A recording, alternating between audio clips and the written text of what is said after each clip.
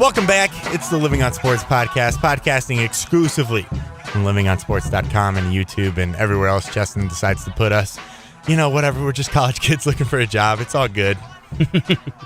All right, so over the past weekend, Kerry Rhodes didn't exactly back up talking embarrassing the Patriots, but they still were able to win.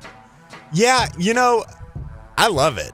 I mean, first of all, let's be honest, nobody really thought the Jets were going to go into New England and get a victory. Okay, so they got him at home, and you might as well take advantage of it if you're at home. You got a rookie quarterback. They didn't play well, but they played well enough to win. Oh, they did enough. Their defense is just really good right now. Darrelle Revis is a really underrated cornerback. Week 1 shut down Andre Johnson. Week 2 shut down Randy Moss. He is just looking great right now. Yeah, I think Tom Brady. I don't think Tom Brady's back, bro. I really, really don't. He looked awful that game. I mean, after coordinating him the week before in Buffalo, I mean, he just disappointed me. I don't think he's back. I really, really don't. And now he's got a $1 million lawsuit staring down his barrel, no pun intended. But he's got that to deal with outside of everything else. But no, I don't think Tom Brady's back. I'm happy the Jets got a win. I don't usually like trash talking. But for some reason, Rex Ryan, he does it for me. Oh, no, I usually disdain it. But in this instance, maybe because it was the Patriots, maybe because I don't carry the way about the Jets, but I loved it, and I loved that they backed it up. Yeah, love it. All right, so also Baltimore. Week 1, I was not convinced they were legit. But then they went into San Diego, and their offense is looking good. Is it legit? San Diego sucks. They are terrible. They went down to the wire with Oakland last week, and Oakland is very, very bad. How bad they needed a last-minute touchdown to beat the Chiefs. I don't want to take anything away from the Ravens, but I don't want to say that they're decent yet when they haven't really beaten anybody great. No, I agree, but especially since their defense has been exposed. Both weeks, huge numbers put up on them. Yeah, and I think, I don't think Flacco was a fluke. And so his name is Flacco, right? Joe Flacco. I always get him confused with the guy from The Replacements. What's the Shane guy? Falco. Shane Falco. I always get those two confused. Anyway, Replacements, great movie. But yeah, I don't think there was a fluke. I think they're a decent team, but let's not coronate them yet until they beat somebody in their own division. All right, fair enough. All right, so what about these teams? Do you believe in a team like Chicago? No. Philadelphia? Possibly. If they can figure out their quarterback situation. I mean, Kevin Kolb threw 3 interceptions. And 391 yards. Yeah, 3 interceptions, though. No, that killed him. That's Tony Romo-like. No, I know that killed him. I think they still would have lost just because Drew Brees and the Saints are really good. It would have been a closer game. That's true. We'll see how the Eagles play the Chiefs this weekend. I think the Eagles are decent. I don't think they're not a Super Bowl contender, at least, especially not without Donovan McNabb. No. What about Denver? 2-0 right now. Oh, goodness. 2-0. They won the first week on a fluke play. Right. And then how did they win this week? They handled them, but it's the Browns. It is the Browns. Denver, luckily for Denver, they play in a terrible division. And I think that'll benefit them a little, so they may win more than 3 games this year. All right, I'm good with that. I mean, they're on their way. No, they got 2 right now. All right, last team that still is giving me some doubt, New England.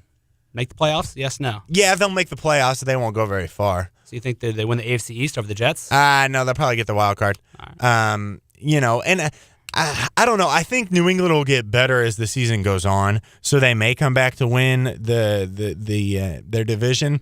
But right now, the way they're playing, no, they'd have to settle for the wild card. But I think they're a good enough team. They've got good enough players, and they've certainly got a heck of a coach that they're not going to miss the playoffs. Right. What are your thoughts? I mean, I think the Patriots. Well, I think one of the reasons they lost to the Jets was no Wes Welker this past week. It made it so much easier when you shut down Randy Moss. Who else are you going to throw to? True.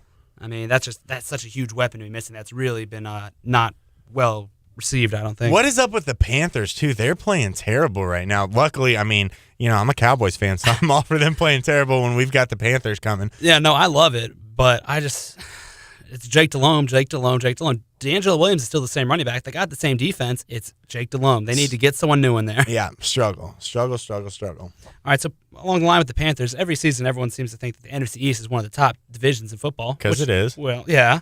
But the NFC South this year, Saints and Falcons. Saints and Falcons are pretty darn good, but they don't have, who's it, the Bucks? The Bucks and the Panthers. And the Panthers? If the Panthers recover, though. I don't really see the Panthers recovering. Granted, they'll probably beat Dallas next week because Dallas is freaking terrible. But the NFC South has always been good too. Especially with the emergence of Matt Ryan last year. You know, everybody was talking about that. But for a while, there was that parity in the NFC South where the bottom dweller always came back to win 4 the straight next seasons. season. The last place team won that division the next year. Until they get that figured out, until there becomes, you can't have the worst team in your division suddenly become the best in a year. Right. That doesn't happen. And it certainly doesn't happen 4 times in a row in a premier division. No, I agree. For now, I think the NFC East is the strongest division right now, top to bottom in the NFL. Right, and I think the NFC South makes a good case, but until they're consistent year in and year out, they won't make a good case to be the best. They won't knock off the NFC East. I'd still be fearing an NFC East schedule over an NFC South schedule. I'm good with that. All right, so Twitter in the NFL. I hate Twitter, but this past weekend there were some funny things. First, T.O. rips the Cowboys and Tony Romo, saying there wasn't a T.O. problem, it was a T.R. What do you feel about that? I think T.O. likes to talk. He likes to get people's attention. He obviously got yours. And I think he's accomplished what he wanted to with his tweet. Is he right? I don't know. You'll have to wait and see how the Cowboys finish the season. Romo had a game like this last year against the Bills. Or 2 years ago, rather, where he threw like 5 interceptions. They somehow still won and that they game. somehow still won that game. And you know what? They somehow almost still won the game against the Giants.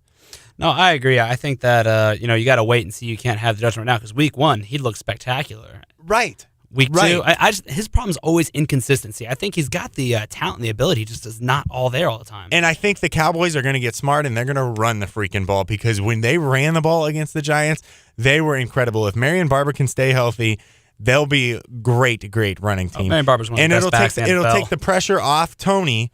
And I think Tony now, remember, he didn't play at a big-time school. He didn't come out highly touted as a draft pick. He's not been in pressure-packed situations. He's got to take his time. He's still young.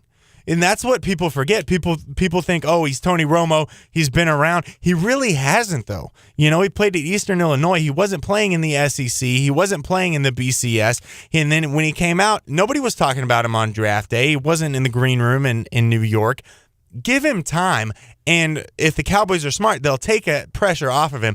Now, there comes a certain point where you've got to say, you know what, you've had enough time. You're not doing it yet. You're never going to be able to do it. But let's not rush to judgment on that. That's what I was going to say. How much longer do you think he has? I mean, the consensus is this is Wade Phillips' last season unless he can win the Super Bowl. Jerry Jones doesn't have a ton of patience. Does he clean house at that time because Romo just is not going to do it for him? I think if he does, which he might, then he's a fool. We're all shocked that Wade Phillips still has a job after last year.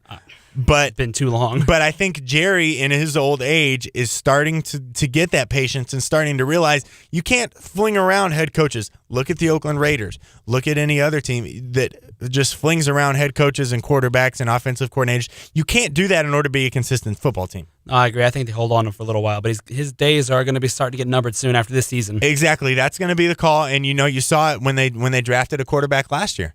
In the 4th round, no less. Yeah. So Tony Romo, he's got that pressure on his back, and I think the Cowboys would be wise to sort of help him ease that pressure. All right. So Robert Henson of the Washington Redskins, after his home fans boo the team, goes on Twitter and tells them they're just bitter that he makes more money than they do at McDonald's. First of all, who? Redskins reserve linebacker. Thank you. Reserve linebacker. He Not didn't even a special teamer. He didn't even play. So really, they weren't even booing at him. Which doesn't make it better. I'm still not big on booing, first of all. But if you pay for your seat, you have a right to do with it what you want. I don't know. What do you think?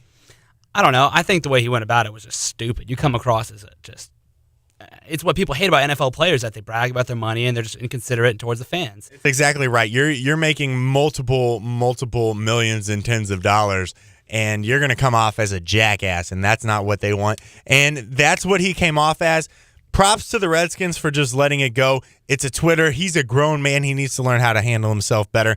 But quite honestly, if the fans are going to be assholes, the players should have a right to fire back. But don't start criticizing them and talk about 9 to 5 at McDonald's because, man, that's just not right. That's one good way to get the fans off your side. All right, more coming up next. Don't go anywhere.